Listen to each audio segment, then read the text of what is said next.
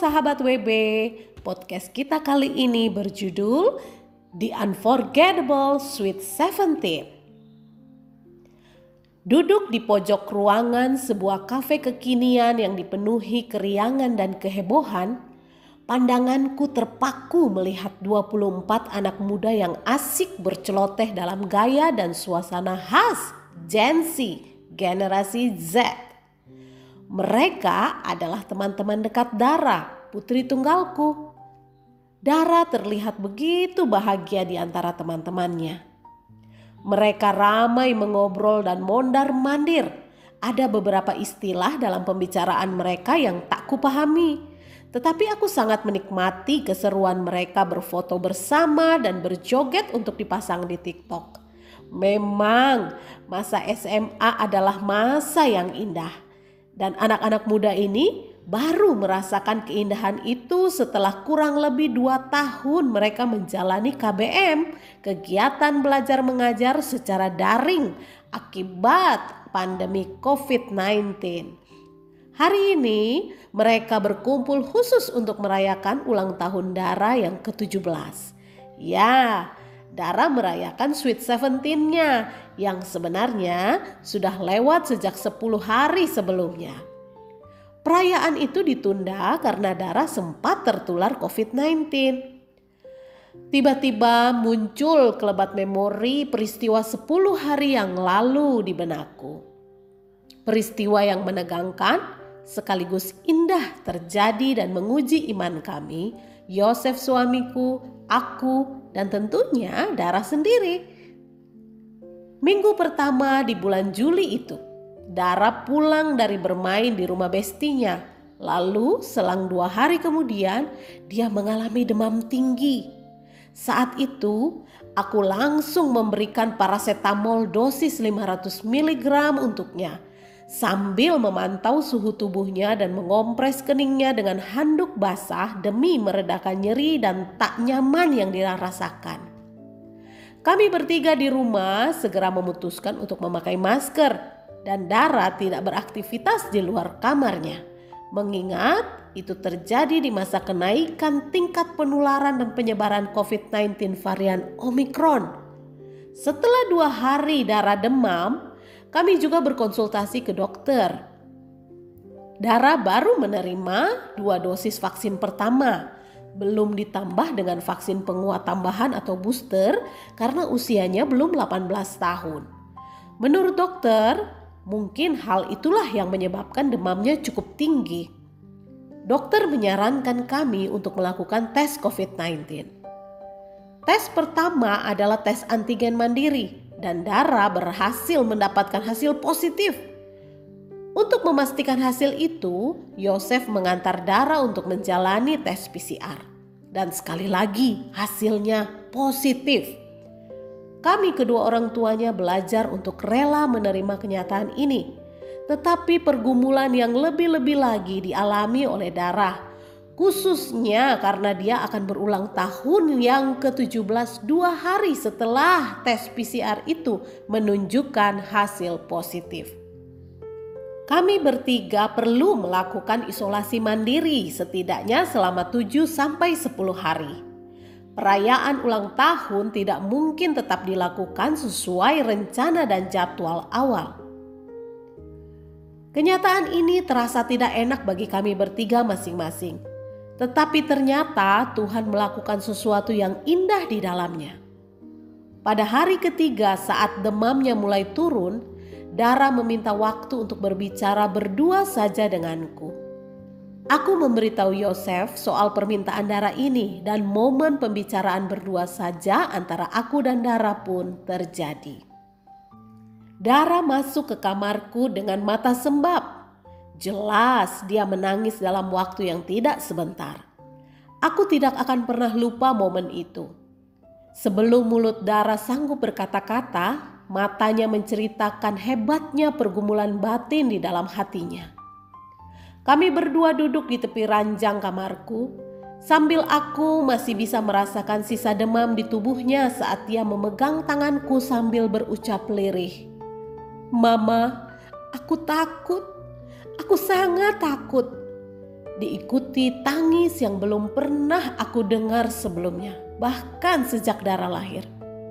Itu sebuah tangisan yang betul-betul terasa muncul jauh dari dalam hatinya dan syarat dengan ketakutan. Perlahan meski was-was, ku coba memberanikan bertanya balik. Apa yang kamu takutkan sayang? Bisa kamu ceritakan ke mama? Tiba-tiba Dara makin terisak sambil berkata cukup keras. Aku takut kehilangan Tuhan di dalam hidupku, Ma. Aku sudah banyak melakukan dosa dan gak jujur sama papa dan mama. Aku banyak berbuat yang gak benar. Aku takut kalau aku mati, aku gak bisa ketemu Tuhan. Sekejap aku bingung harus menjawab apa. Semua arus pertanyaan berkecamuk di otak dan hatiku, berusaha menangkap maksud Dara sebenarnya. Sebelum pemahamanku terbentuk, tanganku merengkuh putriku dalam satu pelukan. Kubiarkan kepalanya jatuh di dadaku dan kuusap dan kutepuk punggungnya perlahan. It's okay, kamu tenang ya sayang. Beberapa menit kemudian isak tangis Dara mereda. Dan ku coba bertanya kembali, gimana? Kamu sudah siap untuk menceritakan semuanya ke mama? Dara mengangkat wajahnya dan menatapku dengan sorot mata yang lemah tetapi jelas. Dia mengangguk pelan. Ku berikan segelas air putih hangat untuk lebih menenangkan napasnya. Dan Dara pun mencurahkan semua kegelisahan hatinya selengkap-lengkapnya. Sambil mendengar kata per kata yang putriku ucapkan, kurasakan hatiku mampu menyimak dan memahaminya dengan penuh perhatian. Tanpa sadar, pipiku menghangat karena air mataku mengalir dan hatiku juga terasa hangat. Ada sebuah keharuan yang membahagiakan bagiku sebagai seorang ibu. Ah, Tuhan begitu nyata. Ternyata pada malam kedua Dara mengalami demam tinggi terjadi saat kritis ketika Tuhan berurusan dengan hatinya secara pribadi. Tuhan mengingatkan Dara akan semua dosa yang dia simpan dan tidak pernah diceritakannya kepada Yosef maupun aku. Tuhan mengizinkan Dara takut demi dia bangkit kembali dan berani mengaku kepada kami, lalu menerima pertolongan untuk langkah-langkah selanjutnya. Bagiku sendiri, Tuhan juga bekerja luar biasa. Tak sebersit pun aku merasa dibohongi mendengar pengakuan Dara itu. Justru di hatiku muncul rasa mengerti bahwa seorang anak perempuan di masa akil balik tentu mengalami perjalanan melewati banyak hal yang tidak dimengerti. Aku tahu, aku pun pernah menjadi remaja dan aku paham semua gejolak yang sedang berkecamuk di hati dan pikiran putriku. Hal yang paling membahagiakanku sebagai seorang ibu saat itu adalah rasa takut kehilangan yang begitu kuat disadari oleh Dara itu adalah rasa takut yang sangat tepat. Takut kehilangan Tuhan, takut tidak sempat atau tidak bisa kembali lagi bersama Tuhan. Dara menyadari bahwa Tuhan adalah yang paling berharga bagi dirinya, mengatasi segala hal lain di dalam hidupnya. Mestinya inilah rasa yang paling nyata yang dialami setiap orang yang sudah lahir baru saat sadar untuk bangkit kembali dan melangkah ke arah jati dirinya yang baru. Dari perasaan Dara yang dicurahkannya itu, aku justru tahu pasti bahwa Tuhan sangat mengasihi putriku itu dan dia pun sudah tumbuh menjadi perempuan muda yang sangat mengasihi Tuhan melebihi segalanya. Sahabat WB, setelah pembicaraan dari hati ke hati berdua itu selesai, aku bertanya apakah Dara siap untuk berbicara bertiga dengan papanya. Dia menyatakan dirinya siap. Sambil kutemani dengan hati dan suara yang lebih tenang, Dara menceritakan ulang semuanya kepada Yosef. Yosef menyimak cerita Dara dengan serius dan menanggapinya dengan pelukan hangat seorang ayah untuk putri tercintanya. Dara kembali terisak dalam pelukan papanya, dan melihatnya aku baru paham isi hati yang dirasakan bapa dari anak bungsunya yang sempat terhilang saat anak itu kembali ke rumah. Meski si anak sempat berlaku kurang ajar, meminta hak atas warisannya lebih awal, pergi jauh dan berfoya-foya lalu jatuh miskin, anak itu diterima saat menyadari kejatuhannya dan memutuskan untuk kembali. Dara, putriku, mengalami titik balik dalam hidupnya seperti anak bungsu itu, dan kami merasakan keindahan yang istimewa sebagai orang tuanya.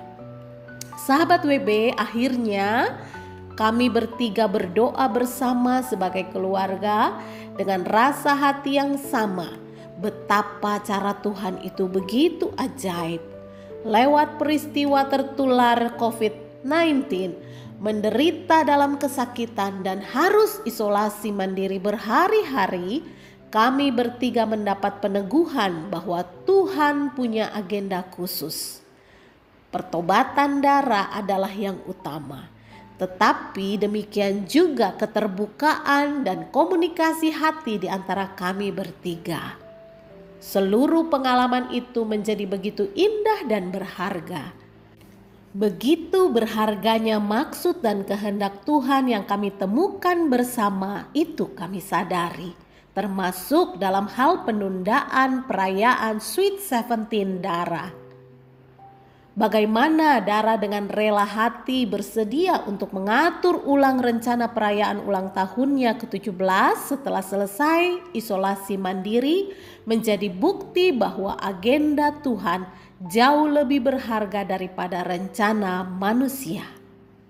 Hari ini saat perayaan ulang tahun Dara yang ke-17 akhirnya diadakan, bukan saja Dara berbagi kebahagiaan dengan teman-teman terdekatnya, tetapi kami sekeluarga juga meresapi pengucapan syukur atas Tuhan yang hidup dan bergerak di tengah-tengah keluarga kami. Sweet 17 Dara bukan hanya sweet, tetapi juga unforgettable. Karena Tuhan mendewasakan kami masing-masing dan bersama dengan caranya yang begitu indah. Sahabat WB, lamunanku buyar seketika ketika Yosef memanggil sambil menepuk bahuku. Yanti, yuk kita ke sana. Kita diajak foto bareng tuh sama teman-temannya Dara. Jadilah kami menyatu dalam keriangan anak-anak muda itu dalam berbagai pose lucu dan kekinian. Sinar sukacita di wajah Dara terlihat jelas. Menangkapnya, terbisik doa singkat di hatiku. Tuhan, aku bersyukur untuk pembelajaran indah yang Engkau berikan untuk Dara, untuk pernikahanku, dan juga untuk keluarga ini. Datanglah kerajaan-Mu, jadilah kehendak-Mu. 1 Korintus 14 ayat 20 berbunyi, saudara-saudara, janganlah sama seperti anak-anak dalam pemikiranmu. Jadilah anak-anak dalam kejahatan, tetapi orang dewasa dalam pemikiranmu. Ya sahabat WB, kita punya beberapa pertanyaan refleksi. Nomor 1, saat terjadi hal yang tidak enak di dalam hidupmu, apakah engkau menemukan maksud dan kehendak Tuhan di dalam hal itu? Nomor 2, ambillah waktu pribadi untuk merenungkan apakah engkau masih mengalami pertumbuhan dalam pengenalanmu pribadi akan Tuhan. Temukan jawabannya bersama Tuhan. Jika ya, mengapa kamu tetap mengalaminya? Dan jika tidak, mengapa kamu tidak lagi mengalaminya? Nomor 3, temukan penghalang utama yang menghambatmu bertumbuh mengenal Tuhan secara pribadi. Nomor 4, mulailah tanamkan cara pikir yang baru bahwa Tuhan pasti mengerjakan hal baik lewat setiap peristiwa yang terjadi, bahwa bagian kita adalah menemukan maksud dan kehendak-Nya dan menemukannya itu adalah kekuatan dan sukacita kita. Sahabat WB, demikianlah podcast kita kali ini. Sampai jumpa lagi dan Tuhan Yesus memberkati.